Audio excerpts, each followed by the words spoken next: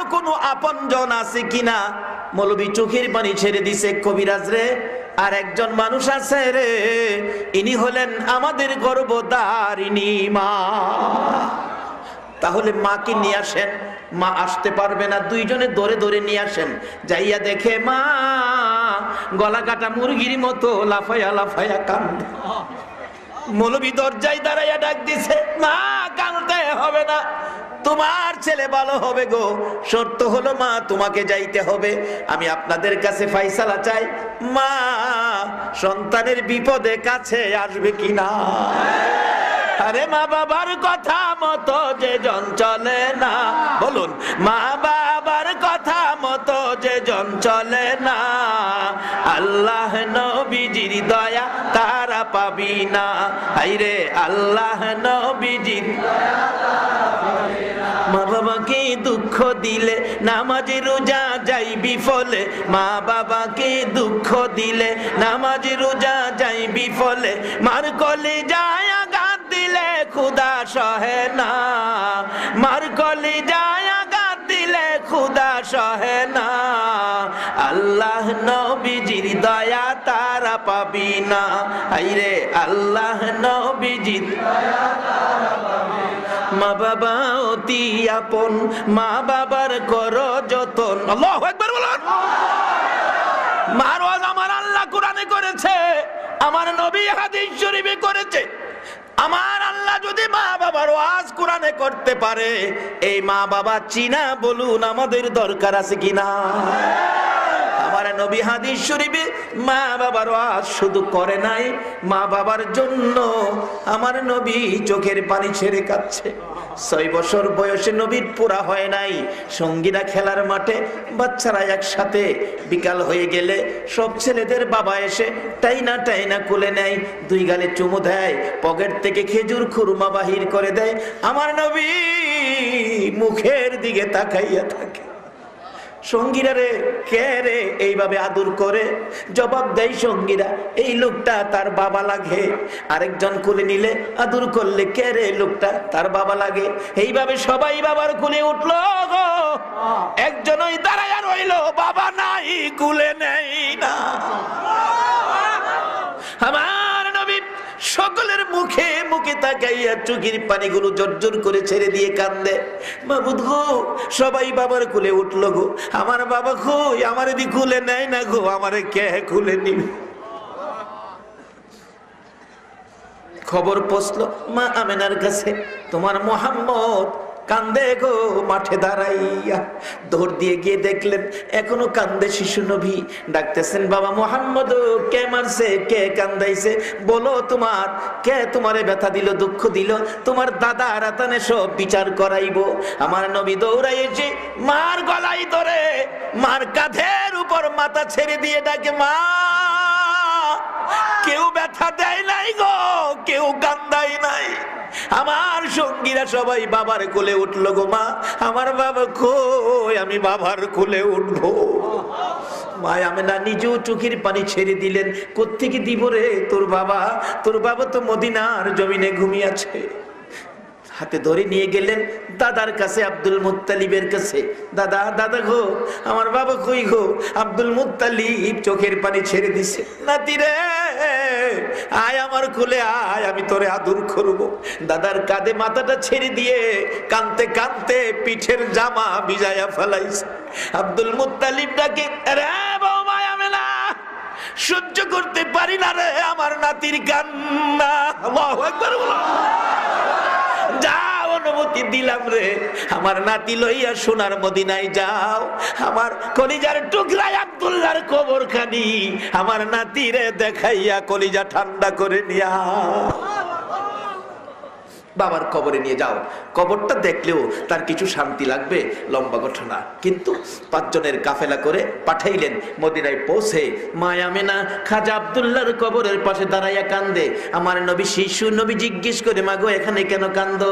মা আমেনা ডাকে, বাবা মুহাম্মদ যার ব্যথা লইয়া মক্কা থেকে মদিনায় আইছো, এই মাটির নিচে তোর বাবারে চির ঘুম ঘুমাইয়া রইছে। আমার নবী ডান দিকে বসে কিছুক্ষণ ডাকলেন, বাবা গো, ও বাবা উঠো।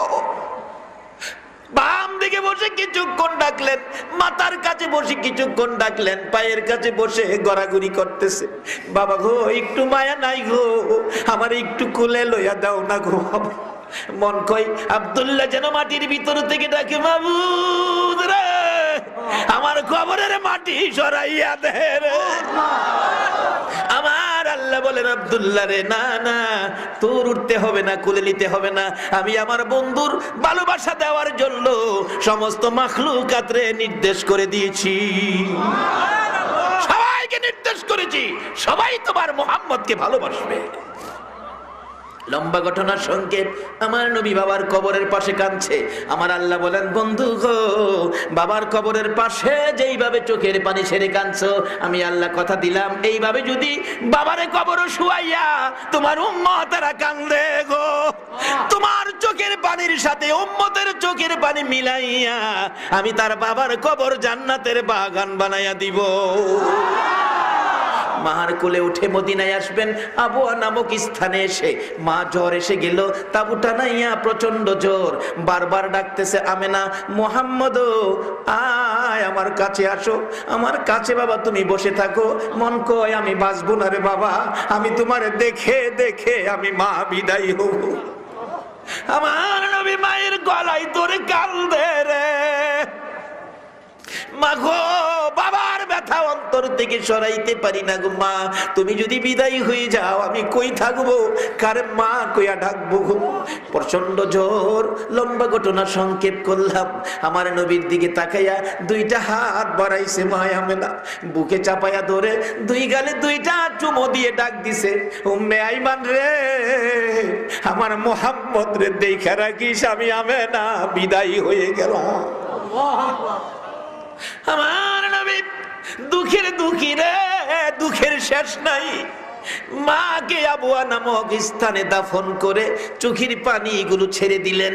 আমার আল্লাহ বলেন, বন্ধু গো, মায়ের কবরের পাশে চোখের পানি ছাড়ছো, তোমার উম্মতেরা এইভাবে যদি মায়ের কবরে যাইয়া চোখের পানি ছাড়ে, ও বন্ধু কথা দিলাম, তোমার চোখের পানির সাথে উম্মতের চোখের পানি মিলাইয়া আমি আল্লাহ চোখের পানির বিনিময় তার মায়ের কবর জান্নাতের বাগান বানাইয়া দিব। ফিরে আসলেন মাহারা, বাবাহারা হইয়া নবী দাদার আদরে ছিলেন। লম্বা ঘটনা সংক্ষেপ করে দিলাম। বাবারা বলতেছিলাম, এই মাকে চিনা, বাবাকে চিনা, শুধু চিনা না, এই মা বাবা যদি কবরও থাকে, কবরের পাশে যাইয়া কান্দো, মাহফিলে গিয়ে হাত বাড়াইয়া কান্দো। কি দোয়া মা বাবার জন্য করবেন সেটা পর্যন্ত আল্লাহ নিজে শিখাইছে, আর কারো জন্য দোয়া শিখায় নাই, শুধু মা বাবার জন্য দোয়া শিখাইছে। দোয়াটা জানি কি বলুন তো দেখি? কোরআন শরীফ, কোরআন শরীফ, রব্বির হামহুমা কামা রব্বায়ানি সগীর। কোন মা বাবার জন্য দোয়া শিখাইছে? বাবারা আসুন, আমি শেষ দিকে গেলাম, বলতেছিলাম মা বাবা কত আপন, কেউ আপন হলো না। একজন মানুষ শুধুমাত্র মা সন্তানের ব্যথায় কাঁদতেছে, কথাটা খেয়াল আছে? গলা কাটা মুরগির মতো লাফায়া লাফায়া কান্দে।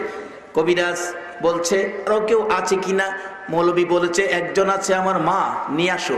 যাই বলতেছে, মা তুমি গেলে তোমার ছেলেটা ভালো হয়ে যাবে। মা কই, কও কি বাবা, মৃত ছেলে কি ভালো হয়? মা তুমি গেলে ভালো হইব, আমার ধরো, আমি হাঁটতে পারি না বাবা। কাছাকাছি গেলে দূর থেকে ডাক মারছে, কবিরাজ বাবা যাইস না, আমি মা আইতাছি।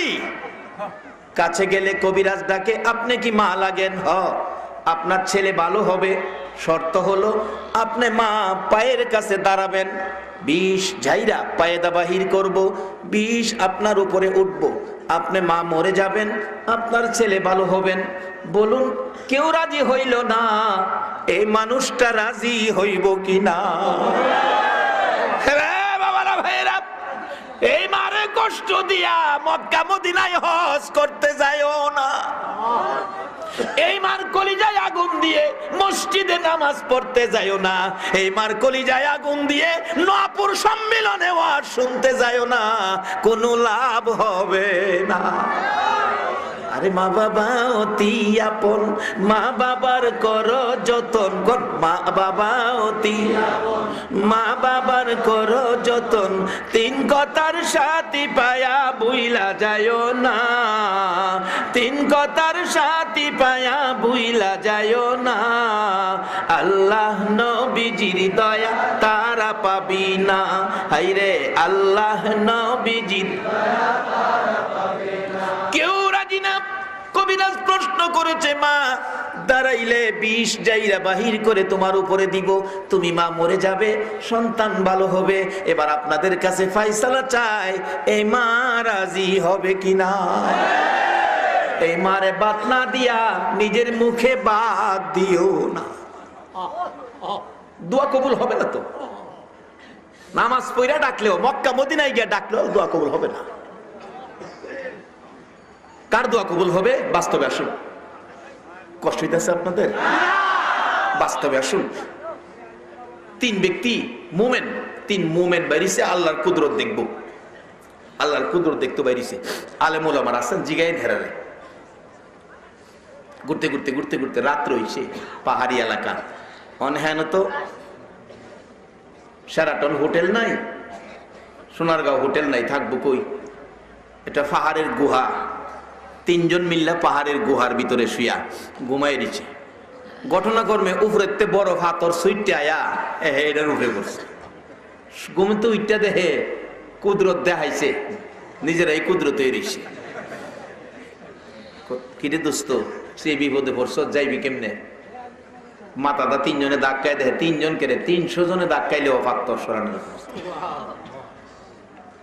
তিনজনে কয় কি করবি? কয় এখন আল্লাহ যে কইছে, আল্লাহ বলে নিকটে, আল্লাহর কাছে লোক কই। সুবহানাল্লাহ কর না। মুমিনদের খাসিলত হলো সুখে দুঃখে কার কাছে কইব? আল্লাহর কাছে কইব। আল্লাহর কুদরত দেখতে হয়েছে, বিপদে পড়ছি, আল্লাহর কাছে লোক কই। আল্লাহর কাছে যে কইবে, এমন কি বালা কাজ জীবনে করছস যে কাজটা দেখায় আল্লাহটা কইতারবে? তিনজনের একজনে কইতাছে, আমার জীবনে একটা বালা কাজ আছে রে, আমার জীবনে একটা বালা কাজ আছে। কি কাজ? আমার ফ্যামিলির মধ্যে আমি আইন করছিলাম, আমার রান্না বাড়া শেষ হইলে আগে আমার মা বাবা খাইব। বাবারে ওয়াজ বাড়িতে নিও, আজকে বহুত ওয়াজ শুনছো মা বাবার ওয়াজ, আর আমি ওয়াজ দিতাছি, এটা বাড়িতে নিও। আমার ফ্যামিলিতে আইন করছিলাম, রান্না বাড়া শেষ হইলে আগে আমার মা বাবা খাইব, এরপরে ছেলে মেয়ে বিবি বাচ্চা সবাই খাইব, কিন্তু মা বাবার আগে কেউ খাইতে পারবে না। আল্লাহ, এই আইনটা আমি কি করলাম? লগের দুইজন কয়, দোস্ত আইনটা খারাপ না রে, তোরে এই আইনটা দেখাই এলো। আমরা তিনজন হাত বাড়াই, দুইজন হাত তুলছে, হ্যাঁ ডাকতেছে, আল্লাহ মা বাবা আগে খাইবো, বুড়া মা বাবা আগে না খাইলে আমরা কেউ খাইছি না, ছোট বাচ্চারও খাইতে দিছি না। এই আইনটা যদি আমি ভালো করে থাকি, এইটুকু উসিলা করে অন্তত পক্ষে এই পাথরের একটা ভাগ, আমার ভাগটা তুমি সরাইয়া দাও। তাদের জীবনী লেখে চট করে পাথরের 3 ভাগের 1 ভাগ ফাইটা তোলার মতো উইরা গেছে। আলেমুল আমার আছে, কইয়েন ফাললে কইতে বলে মিছা কথা, উইরা গেছে। এই মা বাবারে কষ্ট দিয়া, বাবা ওয়াজ হইন না, কোনো লাভ হতো না। আচ্ছা যদি মা বাবারে কেউ কষ্ট দিয়া থাকো, যায় মার ফাও বেরা যায়, কিচ্ছু কইও না। মা দেখবা খালি কিরে বুঝ কি বুঝছি, আজ যার হজে বুঝি ধরছে নাও বাজার বুঝছি, আর কোন লাগতো না, যাও আমি মাফ করে দিছি। আল্লাহর কসম মাফ চাইতে হবে না, মা দেখেন মাফ করে দিব। বলে হুজুর মা যে কবরও, তাইলে কালকা ফজরের নামাজটা হইরা কবরও যায়া পশ্চিম পাশে দাঁড়ায়া 2টা হাত বাড়ায় কান দেন, আল্লাহ আমার মা, আমি মারে কষ্ট দিছি, তুমি মারে কষ্ট দিও না, আমি মারে দুঃখ দিছি, তুমি মারে দুঃখ দিও না। আল্লাহ আমার মা আমারে 10 মাস 10 দিন পেটে রাখছে, আমার মারে তুমি মাফ করে দাও। তোমার দোয়াই যদি মা কবরে মাফ পেয়ে যায়, কবর থেকে রুহানি ভাবে তোমারে মাফ করে দিব। বাবারা ওয়াজ বাড়িতে নিয়ে অনুরোধ আপনাদের কাছে। একজনে দোয়া করছে কি, 1 ভাগ মা বাবারে রান্না বাড়া হইলে আগে খাইছে, আইন করছিলাম, তাইলে এই আইনটা যদি আমরাও করি, মা বাবা আগে খাইব। বাবা না হয় বাড়িতে গেছো রাত্রে 10টায়, আগে গিয়া জিগাও, মা খাইছো নি গো? মা খাইছে তো অবশ্যই, তবু আগে জিগাও, মা কি হইব? খুশি হইব। বাবা কি হইব? 4 দিন জায়গা 5 দিন জায়গা, একদিন বাবারে ডাকটা দেখে না, বাবা আরেকটা কয়, ওহন তো বাইরেই তারুন, তোরটা তো বাইরেছোস, আমার দেখে কিছু জীবনে আছে কিনা। ও যুবক, এই আমলটা তুমিও নেও। আমার জীবনে একটা আমল আছে কি, আমি একদিন চাচাতো বোনের চক্রান্তে পড়ে বিপদে পড়ছিলাম। শুধু আল্লাহ দেখবো, আল্লাহর ভয়ে, আল্লাহ আমার নিকটে আছে, এই ভয়টায় আমি বিপদ থেকে উদ্ধার হয়েছি। গুনার কাজটা আমি করি নাই। আল্লাহ, এই দিনের কাজটা যদি তোমার কাছে পছন্দ লাগে, আমার বাগের বিপদটা উদ্ধার করে দাও। পাথরের আরেক বাঘ সইরা গেছে, আরেক বাঘ রইছে। দুইজন বাইরে তার 3 জন কয়, কিরে তোরা দুইজনেরটা পাইছস, আমি দেখি জীবনে ভালো কাজ করছি কিনা। হ্যাঁ, ভালো কাজ কি? তার বাড়িতে একটা লোক কাজ করত, তার কাজ করতে করতে 8 দিন, 1 টাকা তার মজুরি হয়েছে। 8 দিন কাজ করার পরে হঠাৎ বন্ধের থেকে কি খবর আইছে, দুঃখের খবর। ওই কর্মচারীরা টাকা না লইয়া ওই হয়ে গেছে গা। মালিক বাড়িতে দেখে কর্মচারী নাই। কি রে, হ্যাঁ কই গেল? এত টাকা ফানা, টাকাটা নিল না। তার টাকায় আমি 1 টাকায় একটা বকরি ছাগল কিনা পাহাড়ও সাইরে দিছি। এই ছাগলটা বাচ্চা দিতে দিতে প্রায় 1-150 ছাগল হয়েছে। অনেক বছর পর ওই লোকটাই আমার দেখে ডাকতেছে, চাচা আপনার বাড়িতে কাজ করছিলাম, কিছু পয়সা ফানা আসলাম, অনেক দিন হয়েছে, আপনার মনে নাও থাকতে পারে। চাচা আমার দাবি নাই আপনার প্রতি, যদি মনে থাকে তা আমার টাকাটা দিলে দিতে পারেন, না হলে আমার দাবি নাই চাচা, অনেক দিন হয়েছে, মনে নাও থাকতে পারে। বাবা তুমি আইছো, এই যে দেখো পাহাড়ে ছাগল 150-200 ছাগল হইব, কই সবগুলি তোমার, তুমি লয়ে যাও। এই বেটা আমি ফানা 1 টাকা আমার 200 ছাগল দেয়া। আমার ঠাট্টা করতেছেন চাচা, দিলে দিবেন, না দিলে নাই জামুগা, ঠাট্টা করতেছেন। দেখো আল্লাহর কসম করে কই সবগুলি ছাগল তোমার। তো চাচা আমি জানতাম চাই কেমনে আমার, তোমার টাকাটা দিয়া যেদিন তুমি গেছো গা, এই দিন একটা ছাগল কিনা পাহাড়ও ছাড়ছি, এই ছাগলটা বাচ্চা দিতে দিতে এই সবগুলি বাচ্চা ছাগল তোমার, এই তোমার টাকার কিনার থেকে হইছে। কাজী এর একটা ছাগলের প্রতিও আমার লোভ নাই, সবগুলি তোমার, তোমার হকটা বাবা তুমি তাড়াতাড়ি লইয়া আমারে আজাইর করো। প্রভু গো, এইভাবে যার হক তার কাছে এইভাবে আমি পৌঁছাইছি, পরের সম্পদের উপর একটু লোভ করি নাই। যদি আমার কাজটা তোমার কাছে ভালো লাগে, আমার হাতরের আমার বাগটাও সরায় দাও। এই বাগটাও উইরা গেছে গা। তাহলে আল্লাহ ডাক শুনে না কেমনে? তবে প্রথম শুনানের মন্ত্রটা ছিল মা বাবারে আগে খাওয়াইছে। বাবা যদি মা বাবা থাকে, এই আইনটা তুমি ফ্যামিলিতে করো, আজকের সাবজেক্ট সার্থক হবে, তোমাদের জীবন সার্থক হবে, মাহফিল সার্থক হবে যদি এই আইনটা তুমি করে এই রোজগারটা করতে পারো। যাই হোক, আমি শেষ দিকে চলে গেলাম। মা রাজি হলেন, বাবা আমি রাজি। কথাটা খেয়াল আছে? বাবা আমি রাজি বলতেছে। মা তুমি রাজি? বলে হ রাজি। বাবা একটা শর্ত, আমি তো দাঁড়াইয়া থাকতে পারি না রে বাবা, আমি বসলে হইবনি। আচ্ছা মা কি কইতাছে? সন্তান সব শুনতেছে নি? তাইলে বুঝলো এই দেশে আপন যে কে আছে, আর বুঝে আইছে কিনা? কেউ রে আপনত্বের দিকে আনতে পারলো না, একজনই শুধু পাইলো। বলুন লোকটাকে। বাবা আমি বসলে হইব, দাঁড়াইতে পারি না। কবিরাজ বলেন বসলেও হবে। বসে গেছে মা, বসে অবশেষে কানতে কানতে সন্তানের পায়ে হাত লাগাইছে। এরা কবিরাজ আমি হাত লাগাইলাম, বিষটা যেন তাড়াতাড়ি আসে রে, আমার কলিজাই মাইরা দে, আমি মা মরে যাব, সন্তান বাঁচাইব। ছেলেটা কানতে কানতে চোখের পানিতে মাটি ভিজতেছে। ভাই তো বলছে মৌলবী ডাক না দিলে উঠতে পারবেন না। এবার কবিরাজ ডাকতেছে, মাগো কেউ রাজি হলো না, আপনি কেন রাজি হলেন সন্তান নিজের জীবন দিয়া বাঁচাইতে? মা ডাকতেছে, কবিরাজ রে সন্তান প্রসবের কত ব্যথা রে আমি জানি, আর জানে আমার আল্লাহ। এরা কবিরাজ প্রথম সন্তান হলে মা জাতি মেয়েদের কষ্ট বেশি হয় রে কবিরাজ। আমার প্রথম সন্তান ছিল এই ছেলেটা, একদিনের ব্যথা, কত ব্যথা, জিব্বা কামড়াইয়া সহ্য করছি, কারো কাছে কই নাই। দ্বিতীয় দিনের ব্যথা রে কবিরাজ, জিব্বা কামড়াইতে কামড়াইতে কাইটা ফেলাইছি, কারো কাছে কই নাই। তৃতীয় দিনের ব্যথা রে সহ্য করতে পারি না, জ্ঞান হারা হয়ে গেছি। মুরব্বী মহিলারা দরজা বন্ধ করে আমার মাথায় পানি দিছে, আর আমি ডাক দিছি, মুরব্বী মহিলারা গো সন্তান প্রসবের এত ব্যথা গো আমি আগে জানি না, আমার 2 টাকার বিষ কিনা দাও গো, আমি বিষ খাইয়া মৃত্যুবরণ করি। মহিলারা বলছে, মা গো পাগলামি করিস না গো মা, আল্লাহরে ডাকো, আল্লাহ নি 2টা 2 জায়গায় করে দেয় রে কবিরাজ। ব্যথায় চিৎকার মারছি, আল্লাহ গো কইয়া রে কবিরাজ, ব্যথার কথা মনে হইলে আমি এখনো সহ্য করতে পারি না রে কবিরাজ। আমার আল্লাহ বলেন, ফেরেশতারা রে, যেই মহিলারা প্রসব ব্যথার যন্ত্রণায় আমারে আল্লাহ আল্লাহ কইয়া ডাক মারে রে, এক একটা ডাকের বিনিময় আমি আল্লাহ এক একটা কবুল হজের নেকি দান করে দিলাম। এরা সন্তানেরা, তোমার আমার মার প্রসব ব্যথার যন্ত্রণায় আল্লাহ ডাকলে আমার আল্লাহ কবুল হজের নেকি দেয়। সন্তানের প্রতি যে দায়িত্ব কোরআন হাদিসে দেওয়া হয়েছে, মা বাবার প্রতি এই দায়িত্ব আদায় করা, বলুন আমাদের দরকার আছে কিনা? সব যেদিন পর হয়ে গেল, একটা মানুষ আপন হলো, বলুন এই মানুষটাকে? কবিরাজ বলতেছে, মা এই নাকি কষ্টের কথা মনে হয়েছে? রে কবিরাজ, এটাই শেষ নয় রে বাবা।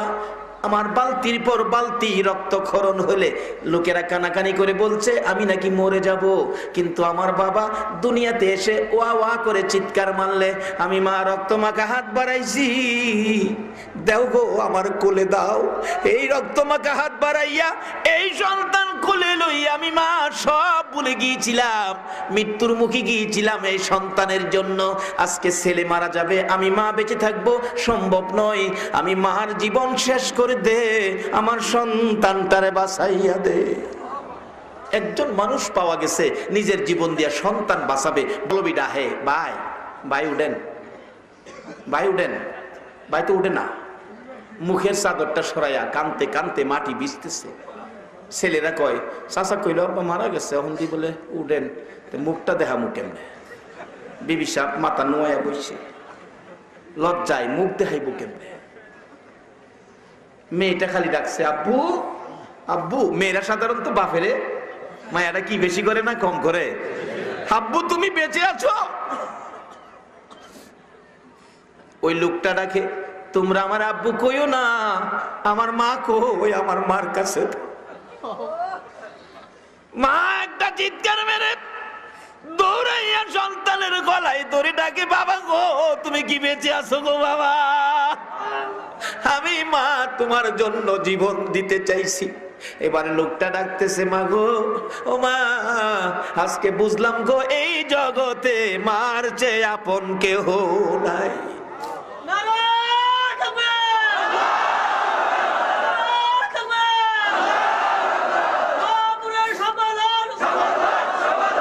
আমিন আমিন আমিন আমিন।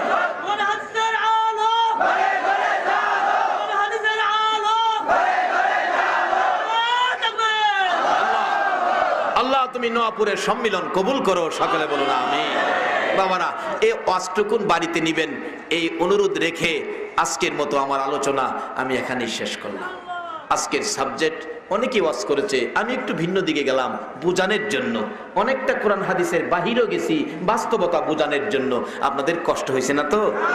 আসুন, একজন উঠবেন না, দোয়া না করে উঠবেন না, আমি অনুরোধ আপনাদের এতক্ষণ বসে রয়েছেন, দোয়াটা করে যান, একটু দুরূদ শরীফ দোয়া হয়ে যাবে। আল্লাহুম্মা সাল্লি ربنا ظلمنا أنفسنا وإن لم تغفر لنا وترحمنا لنكونن من الخاسرين رب ارحمهما كما ربياني صغيرا رب العالمين। জানি না গো কেমনে তোমারে ডাকবো, জানি না গো কিভাবে ডাকলে জীবনের গুনাহ ক্ষমা পাবো, জানি না কিভাবে ডাকলে তোমারে খুশি করতে পারবো। মাবুদ গো, না জানিয়া জানিয়া না জানিয়া ইচ্ছা অনিচ্ছাই প্রকাশ্যে গোপনে বহু গুনাহ করে ফেলেছি, তারপরও আজকে বেবুর শিশুর মতো তোমার কাছে দুইটা হাত বাড়াইছি। মাবুদ, দুনিয়ায় দেখছি গো, সন্তানেরা যদি মার কাছে হাত বাড়ায়, মা দৌড়ায় এসে সন্তানের এটাই না কুলে নেয়, দুই গালে চুমো দেয় আর বলতে থাকে আমার কাছে হাত বাড়াইছো, আমি মায়ের মন চায় তোমার কলিজাটা খুইলা দিয়া দিতাম। বাবার কাছে হাত বাড়াইলে বাবা সন্তানের দুই গালে চুমো দেয়, তাই না কুলে নেয়, পকেট থেকে 500 টাকার নোট বাহির করে দেয়। মার মতো দরদি যদি সন্তান হাত বাড়াইলে কলিজা সিরা দিতে চায়, বাবার মতো দরদি যদি সন্তানে হাত বাড়াইলে 500 টাকার নোট দিয়ে দেয়। তোমার 99 ভাগ মায়ার দুয়ারে তোমার আদুরের বান্দা বান্দিরা হাত বাড়াইছে গো আল্লাহ, তুমি তাদের হাতে কি দিবা গো? কি দিয়ে তোমার ইজ্জত রক্ষা করবা গো আল্লাহ? আল্লাহ গো, সর্বপ্রথম একটা দরখাস্ত করি, আমাদের তামাম জিন্দিগির গুনাহগুলো ক্ষমা করে দাও আল্লাহ। আমরা তো গুনাহ করে ফেলেছি, স্বীকার করছি আমরা গুনাহ করছি, বিদায় তোমার কাছে মাফের জন্য হাত বাড়াইছি। তুমি বলো না, মাপ যদি না দাও আমরা আর কই যাবো রে আল্লাহ? দুনিয়ায় দেখছি সন্তান অপরাধ করলে মা যদি মারে, কানতে কানতে বাবার কাছে যায়। বাবার কাছে অপরাধ করলে বাবা যদি মারে, কানতে কানতে মায়ের কাছে যায়। আমরা জীবনের অপরাধ লইয়া তোমার কাছে মাফের জন্য হাত বাড়াইছি গো আল্লাহ। তুমি যদি মাফ না করো, বলো আমরা আর কার কাছে যাবো রে আল্লাহ? ফিরাইও না, ঘুরাইও না, কার জীবনে কত গুনাহ হিসাব জিগাইও না, কে মেয়ে কে পুরুষ কাউরে কিছু কইও না। আজকের মাহফিলের উসিলাই আমাদের তামাম জিন্দেগির গুনাহগুলো ক্ষমা করে দাও আল্লাহ গো। জীবনের গুনাহ ক্ষমার আসার দরখাস্তের পর আরেকটা দরখাস্ত করি, তুমি রাগ হইও না গো আল্লাহ। তুমি যদি রাগ হও, তোমার বান্দার মনের দুঃখ কার কাছে কইব গো আল্লাহ? আমরা যারা হাত বাড়াইছি আমাদের মধ্যে আমি জানি না কার জানি মনে দুঃখ। হুজুর মনে বড় দুঃখ গো, আমরার মা নাই গো, মা নাই। কার জানি মনে দুঃখ গো, আমরার বাবা নাই গো, আমরার বাবা নাই। যে বাবা সন্তানের কত মায়া করতো গো, রিক্সা চালাই বাবা, সকালবেলা রিক্সা লইয়া বাহির হইছে, ছেলেটা পিছে পিছে গেছে, আবু আবু আজকে আমার জন্য কমলা আইনো বাবা। রাত্রে 8টা পর্যন্ত রিক্সা চালাইছে, চাল ডালের পয়সা হইছে, রিক্সার পয়সা হয় নাই। সন্তানের কথা মনে হইছে, কমলার কথা কইছে, বাবা আরো 4 ঘন্টা সময় বেশি রিক্সা চালাইতে। 12টা বাজে একালি কমলা কিনে বাড়িতে যাইয়া দেখে রে আদরের সন্তান ঘুমিয়ে গেছে। মাতার পাশে বসে ডাকতেছে, বাবা বাবা উঠো, তোমার বাবা কমলা লই আইছে, উঠো বাবা, উঠো না বাবা উঠো। ডাইকা উঠাইয়া বসাইলে আবার ঘুমিয়ে যায়। মা ডাকতেছে, ছেলেটা ঘুমাইছে, কেন বিরক্ত করতেছো? বাবা জবাব দেয়, বিবি 4 ঘন্টা সময় বেশি রিক্সা চালাইছি কমলার জন্য রে। এই কমলা যদি আমার বাবারা না খাওয়াইতে পারি, আমি বাবার সারা রাত ঘুম হবে না। এই দরদি বাবা হারা কে জানি হাত বাড়াইছে রে আল্লাহ। ওই মা হারা কে জানি হাত বাড়াইছে, যে মা সন্তান কোথাও গেলে পিছে পিছে রাস্তা পর্যন্ত যাইতো। সন্তান গাড়িতে উঠে গেছে, মা রাস্তার কিনারে দাঁড়ায় থাকতো। যত দূর গাড়ি দেখা যায়, মা এতিমের মতো দাঁড়ায় থাকে। 2 কিলোমিটার যাওয়ার পরে ছেলেটা গাড়ির জানালা দিয়া মাথাটা বাহির করে দেখে, পিছনে তাকাইয়া মা দিয়ে হনো দাঁড়াইয়া রইছে। হাতে ইশারা করে বলছে, মা গো, মা বাড়িতে যাও গো মা। মা ইশারা দিয়া বুঝাইতেছে, বাবা রে আমারে বিদায় দিস না রে বাবা, যতক্ষণ তোমার গাড়ি দেখা যায় আমি মা দাঁড়াইয়া থাকবো, রাস্তায় বাড়ি যাব না। এই দরদি মা বাবা হারা কে জানি হাত বাড়াইছে গো আল্লাহ। আর দেরি করো না, এই মুহূর্তে ওই সকল মা বাবার কবর গুলো জান্নাতের বাগান বানাইয়া দাও আল্লাহ গো। মা বাবা যার দুনিয়াতে আছে হায়াত বাড়িয়ে দাও। মা বাবা কেমন জিনিস বুঝার তৌফিক ছেলে মেয়েদেরকে দান করে দাও। ইয়া আল্লাহ আমার আব্বা জানের হায়াত বাড়িয়ে দাও। ইয়া আল্লাহ দাদা দাদি নানা নানি শ্বশুর শাশুড়ি আলিয়াউলা অংশধর ধর্মই মুরব্বী পাড়া প্রতিবেশী খানদানবাসী মহব্বতী নোয়াপুরের জমিনের নিচে, এই এলাকার জমিনের নিচে, সারা বাংলার জমিনের নিচে যত মুমিন মুমিনাত ঘুমিয়েছে, মাহফিলের উসিলাই সকলের কবর জান্নাতের বাগান বানায়া দাও মাবুদ গো। এই মাহফিল 8 দিন ব্যাপী নোয়াপুরের জন্য ঐতিহাসিক মাহফিল। নোয়াপুরের মাহফিল তুমি কবুল করছো নি গো আল্লাহ। বাবার বয়সের মুরব্বীরা এই মাহফিলের জন্য কষ্ট করে গো আল্লাহ, এই মাহফিল তুমি কবুল কইরা লও গো আল্লাহ। আজকে 6 দিন বিদায় হয়ে যায়, আরো 2 দিন মাহফিল হবে। এই 2 দিন মাহফিল আলোচনা শোনার তৌফিক সবাইকে দান করে দিও গো আল্লাহ। 6 দিন পর্যন্ত যা কায়েম রাখো গো আল্লাহ। এই মাহফিলে যারা আসছে আসবে, সাহায্য সহযোগিতা করেছে করবে, সকলকে তুমি আমার নবীরে একদিন ঘুমের ঘরে স্বপ্নে দেখাইয়া দিও গো আল্লাহ। তোমার নবীর একদিন স্বপ্নে দেখাইয়া আমাদের কলিজা ঠান্ডা করে দিও গো আল্লাহ।